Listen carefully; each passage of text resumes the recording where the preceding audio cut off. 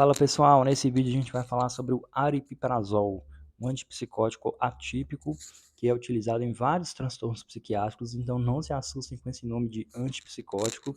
E nesse vídeo eu vou explicar tudo. Também conhecido como Aristab, Doarip, Arip, Abilif, entre outros nomes comerciais, o aripiprazol ele é indicado, vamos falar das indicações, para o tratamento da esquizofrenia, mas também ele pode ser usado no tratamento do transtorno bipolar, sobretudo nas fases de mania, de hipomania ou nos estados mistos. Também ele pode ser usado no tratamento da depressão. Você sabia disso?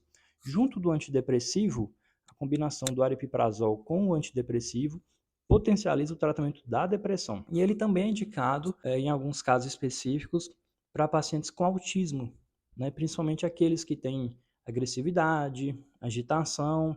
Então ele é um remédio que pode ser utilizado para controlar esse tipo de sintoma. O que o aripiprazol tem de especial, assim, que ele é diferente, né? Vou dar um breve resumo para vocês entenderem. Como ele é um antipsicótico, todos os antipsicóticos agem em um receptor de dopamina chamado D2. E dependendo do tanto que ele age nesse receptor D2, ele se torna um antipsicótico potente, mas também pode aumentar um tipo de efeito colateral.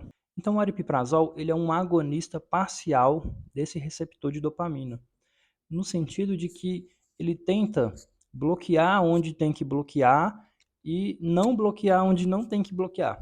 Então, isso dá ao aripiprazol um perfil muito bacana assim, de ter poucos efeitos colaterais. E quanto tempo que demora para o aripiprazol fazer efeito? Normalmente, os antipsicóticos demoram em torno de uma semana para a gente começar a ver algum efeito. Então, na primeira semana, pode ser, dependendo do que a gente está tratando, que o paciente sinta alguma diferença. Entretanto, ele demora ali em torno de 3 semanas para atingir um equilíbrio no corpo, para a gente falar que a dose está estável. Então, seria a partir da terceira semana que o efeito dele começa a realmente ficar mais estável no organismo, né, e mais perceptível.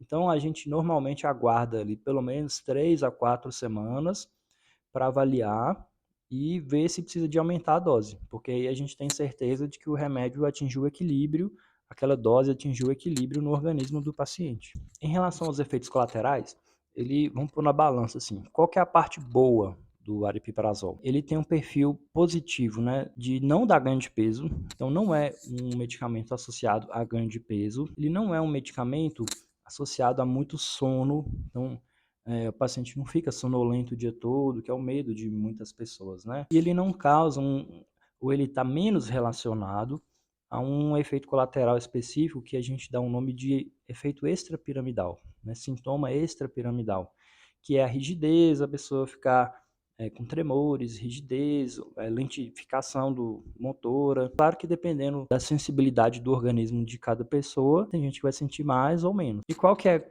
o ponto ruim do aripiprazol? Não é todo mundo que sente, na verdade é uma minoria mesmo, assim, 90% não tem isso, mas existe um efeito colateral que chama acatisia, que é descrito como uma inquietação motora. O paciente sente que ele não consegue ficar parado, não consegue ficar sentado ou deitado, ele tem que levantar, andar para um lado, para o outro.